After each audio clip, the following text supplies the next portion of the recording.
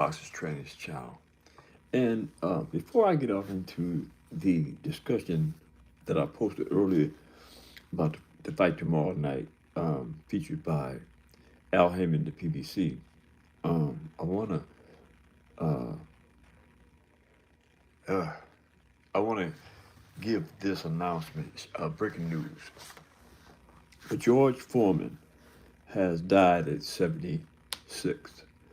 Um, I actually found that out through a comment, maybe about 20 or 30 minutes ago. I think this may have happened today. I'm not sure when it had happened, but I did take notice to the fact that it could have been a prank, and I was hoping that it was a prank.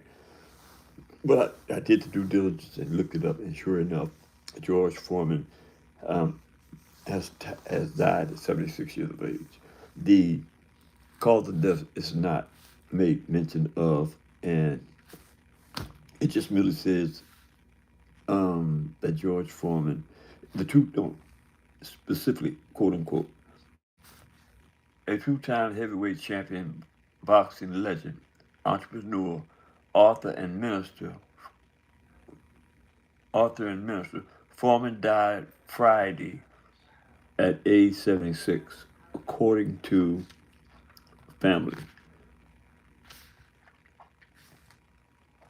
Um, yeah, it doesn't give any. Yeah, yeah, absolutely. It doesn't give any specifics in regards to how he died. It just states that um, he died, and basically his family reported his death. Wow, that is really, um, uh, I don't know, a bit of pill to swallow for me, because George is one of the people in the boxing game that, well, he didn't per se encourage me, but through his um, boxing career, through his boxing career, and me being a part of that era, he was one of the ones that I uh, took notice to when I started boxing. Actually, it was during the time him, Muhammad Ali, George Foreman. I came up in that era, so George Foreman is specifically um, it wasn't specifically important to me, right? Not only as a boxer, but as a human being. And again, this is relatively a devastation for me to um, devour. I mean, I just had a personal like most all those cats that came from the same era: Muhammad Ali, um, George Foreman, all of them. I mean, those are the people who I wanted to be like when I was growing up. I wanted to be just like specifically um, Muhammad Ali, because that's why I um, that's who I was following when I was boxing. The same style that Muhammad Ali um, used. That's what I adapted to. Again, the float like a butterfly, sting like a bee. I got that from Muhammad Ali, and that was my style. So shout out to the Foreman family, and um, let's let's pray for him, man. Got to do something. I don't know. Like I said, this is devastating to me. Seriously speaking, right? George is gone. George is 70. George was 76. I'm 75. Wow. But it is what it is. Uh, God knows best. So um, we just got to keep moving on. You know what I mean? Shout out to Heart to Heart. George Foreman passed Heart to Heart. Thanks, the Mexican G. Yeah, him and Ali are going to be reunited. Reunited. Absolutely. Yeah, he did. Made a comeback at 40. George Foreman, yeah, made a comeback at 40 years old and was successful. He ascertained another world title after he was 40 years old. And that was like, wow. Everybody thought he wouldn't be able to do that, but I mean, some of us have that type of grit, and George Foreman was one of those types who had that type of grit, and he successfully came back and got another world title. But the thing about that instant, George, before George got that title, he was, relatively broke and just out of resources, right? He was down on his luck. He had made a lot of money in boxing, but he mismanaged that money and it got squandered away. But he came back. God gave him the strength and the ability to come back and have another go at it. And on this go around, he did relatively well. And when he passed this time, he was financially able, secure, and that's a good thing, right? I'm just saying that you know what I mean.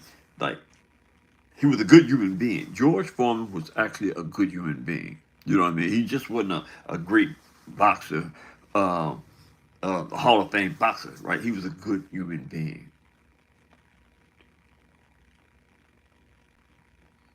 Oh wow.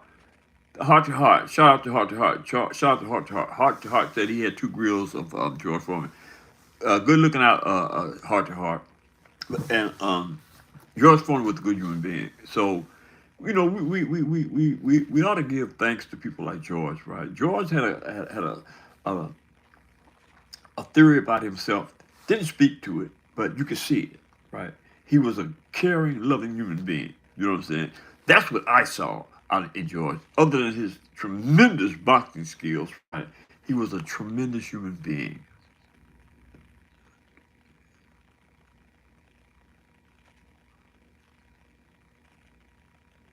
Wow, yeah, yeah. Shout out to the Mexican Jew. Uh, I think the Mexican Jews came out the same era I did. We always seem to mash when it comes to these old cats and stuff that is gone. You know what I mean? But we can make mention to it. So anyway, let's get into the boxing scheme thing. Shout out to George Foreman and his family. Again, we all uh, you know, pray for the family, man. You know what I'm saying? If that's what you do, if you don't do it, it's okay. You know what I'm saying? But if you do it, shout out to George from his family and say a word of kindness to his family, when you get on your knees, or if that's the way you do it, right? But um, we got a fight tomorrow evening, right?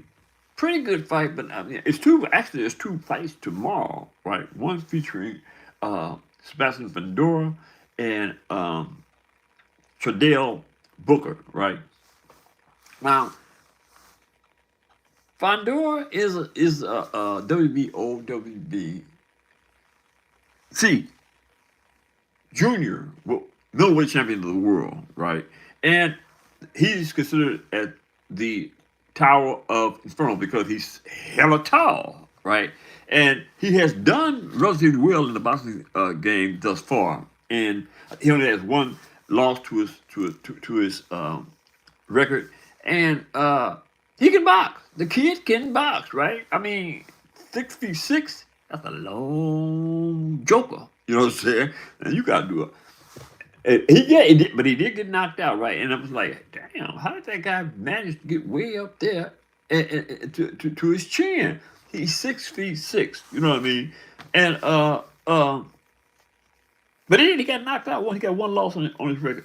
Fandora is 27 years of age. He's 6 feet 6 with an 80-inch arm. He's a southpaw. 21 illustrious wins, 13 by knockout. One loss, he was stopped in that loss. He has one draw to his credit, right? But now, Tradell Booker, I gotta be frank with you. I'm not really big on Tradell Booker, right? I mean, it's a lot of cats in the boxing game today, right, that we don't even know about, right? Yeah, all of a sudden they pop up in the championship fight, and this is one of them. Tradell Booker is not he's not known to me, right? He may be known to the Mexican G because the Mexican G follows a lot of boxing, right? Actually that's the only thing that only sport that the Mexican G follows is boxing, right? And I got that. I mean, I got that. But I kind of like, you know what I'm saying? Like, I like football and I like some basketball. I can't stand baseball. And when I was a young kid, my dad insisted that my oldest brother and me play baseball. Right now, I was kind of good. I played first base. I'm a right-hander, but I played first baseman, right? But my brother, my oldest brother, may he rest in peace, right? He was a heck of a shortstop. You know what I'm saying? So we did have other background in sports other than boxing, right? He didn't. I did, right? But the point I'm trying to make is a lot of these dudes like Trudell Booker. I have no knowledge of him until tonight. Anybody in the chat know anything about Jadale Booker? Anybody know anything about Jadale Booker? Jadale Booker, wow. And that's just like who was that? That he was out of the Thomasville Crawford camp, right? He fought um Pacquiao Pacquiao. Anyway, he was okay. It was a championship fight. This was maybe 3 weeks ago, and he lost, but I never heard of this guy before in my life until they announced him to fight in that particular fight. And it was like, where are these cats be coming from? But they gotta, this goes back to what I keep saying. I'm gonna keep on saying until something happens. Boxing needs to be legislated because there's too many things that goes on in boxing that people are not being held accountable for. It's a lot of corrupt, I think, in boxing, right? And it just continues to pile on with this corrupt behavior, and nobody says anything, right? Tank Davis, that was corrupt. That is the issue was corrupt, right? Tank Davis took a knee, right, and didn't get sanctioned for it. He didn't get an 8 count, right? And that is the normal procedure, right? And what they did was how they justified it. They said that the power lied in the referee's hand. The referee didn't go 8 count. He started, but he stopped. Tank said something to him, so he stopped giving the 8 count, right? And that was significant, but it was also justifiable as far as the New York State Athletic Commission was concerned. The body that heard the appeal from Lamont Roach, right? And here's the deal. I was so outraged behind that issue that I began an appeal not on the behalf of Frank Martin, but on the behalf of the people, me, you, everybody that had a distaste in their mouth after that incident, right? I was going to represent them, and well, you probably say, well, he didn't have anything to do with that. How can he? There is a legal term, a legal way, a legal principle that you can use to get into the court to argue an issue. It's called the friend of the court, amicus curiae, right? And actually, it's like a Supreme Court um, uh, principle. Most people they use it when they have something to say on an issue that's been heard by the Supreme Court, right? They use amicus curiae, right? But that is not to say that you or me can't use amicus curiae, friend of the court, when something happens and we are displeased with it. Nothing is being done, as is the case with the instance with Frank Martin and, excuse me, not Frank Martin, Lamont Roach and Javante Take Davis, right? Nothing happened. Nobody has said anything. And that's another thing. That is another issue that I'm totally irritated about, right? And I had said that I was going to petition to appeal that issue, right, on behalf of myself and the people. But since then, everybody seems to be totally okay with the fact that Lamont Roach, sooner than later, is going to be granted a rematch. And that makes it okay. How what's that old saying? Hunky dory.